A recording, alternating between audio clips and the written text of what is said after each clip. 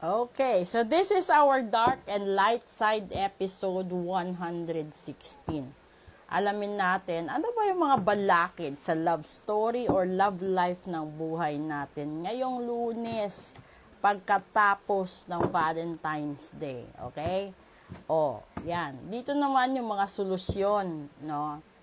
Sa mga problema sa usaping pag-ibig, pagsasama, no? Ay, nako. Kumusta naman kayo sa mga love life nyo? Na-cleansing na ba ang mga puso nyo? Okay, unang pinagdadaanan or problema?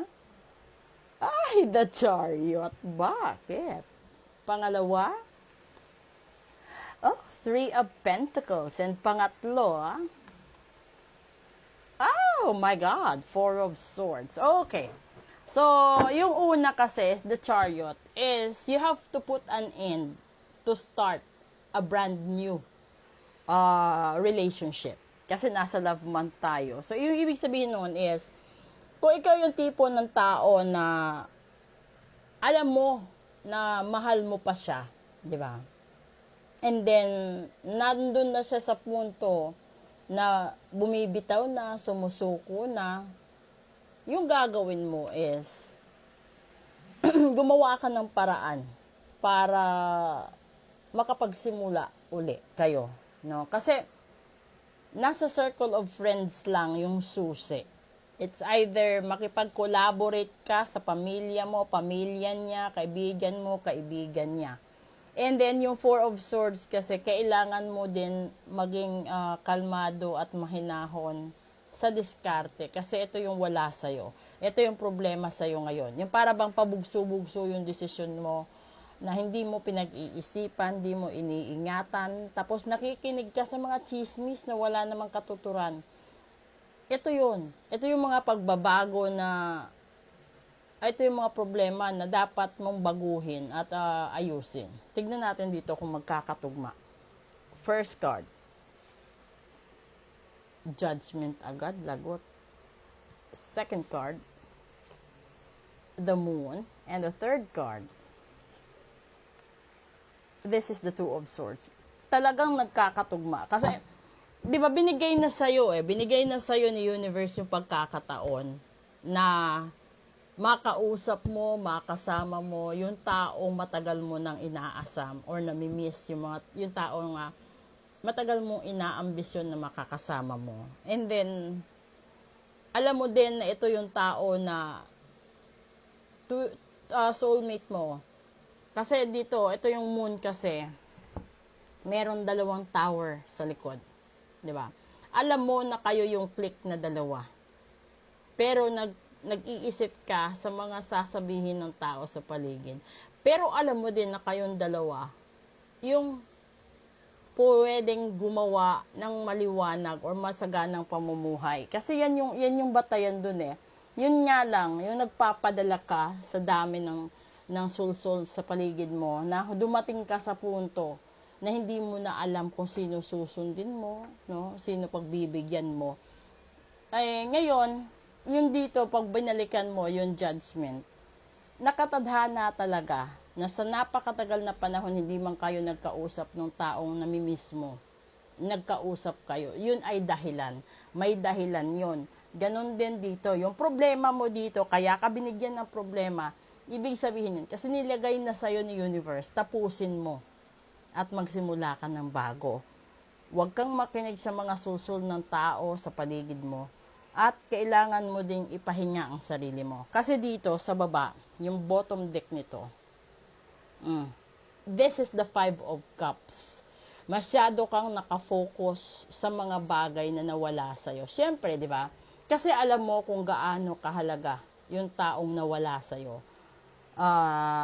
Kumpara sa taong nasa tabi mo ngayon na hindi ka naman tinutulungan o hindi ka naman napagbibigyan ng kasaganaan. Alam mo yun. Kasi, di ba, 3 out of 5 3 out of 5 yung nawala. Ibig sabihin, kahit gaano mo man ka-deny, halimbawa, ikaw yung meron kang legit na asawa. nandun ka sa part na, nandun ka sa tabi ng asawa mo ngayon, but you realize deep inside na bakit bumabalik, no? Bumabalik sa puso't isipan ko yung third party, bumabalik siya. Bakit nalulungkot ako hanggang ngayon sa tuwing naaalala ko siya? Yun ay dahil mas may mahalaga siyang papel sa buhay mo kumpara sa kasama or asawa mo ngayon. At yan yung judgment na tinutukoy dyan. Kasi may halaga siya, di ba? And then dito naman tignan natin, yung baba nito is the Hierophant, which is number 5 as well. So, ibig sabihin yan, talagang nakatadhana siya sa kataas-taasan na makatagpo mo yung third party na yon dahil siya yung soulmate mo. Siya yung para sa'yo. And then dito sa likod, tignan natin na. O, di ba? Ay, mali. O, di ba ito? This is the Hermit. Yung likod kasi, nananatili kang nagso-soul search. Yung para bang naghahanap ka pa ng sapat na ebidensya, sapat na dahilan, kung karapat-dapat na bang iwanan yung legit na asawa dahil dun ka pupunta sa taong nakatadhana. Tignan natin dito sa likod, ha. This is the 9 of Wands. Ibig sabihin, Diyos ko, mas mabigat at mas matimbang yung nawala sa'yo kaysa nandyan sa tabi mo ngayon. So, kahit anumang sitwasyon at kahit anumang relasyon meron kayo, yung taong nawala at sinayang mo, yun ang tao na soulmate mo. Okay? So, sana maging ano na ito sa inyo, matinding leksyon na. Kasi, minsan masyado tayong nagsasayang ng panahon. Alam natin na gusto nating subukan muli na buuhin yung pamilya, alang-alang sa anak, 'di ba? Magpatawad, pero ginawa mo wala pa ring nangyari. Pinagbigyan mo, wala pa ring nagbago. Isang matinding suliranin 'yan sa isang relasyon na dapat mong tanggapin na darating ang panahon, sasabihin talaga sa'yo ni universe that is your judgment day. So, 19 tayo ngayon, 20th bukas. Judgment is number 20. So, ibig sabihin, aksyonan mo hanggang bukas. Lahat-lahat. Para wag kang mag-focus doon sa nawala lagi. Kung gusto mo siyang balikan, putulin mo ang kasalukuyan. Kung gusto mo siyang makasama habang buhay, bitawan mo ang kasalukuyan. Kasi wala namang taong ipinanganak na dalawa ang puso. Okay?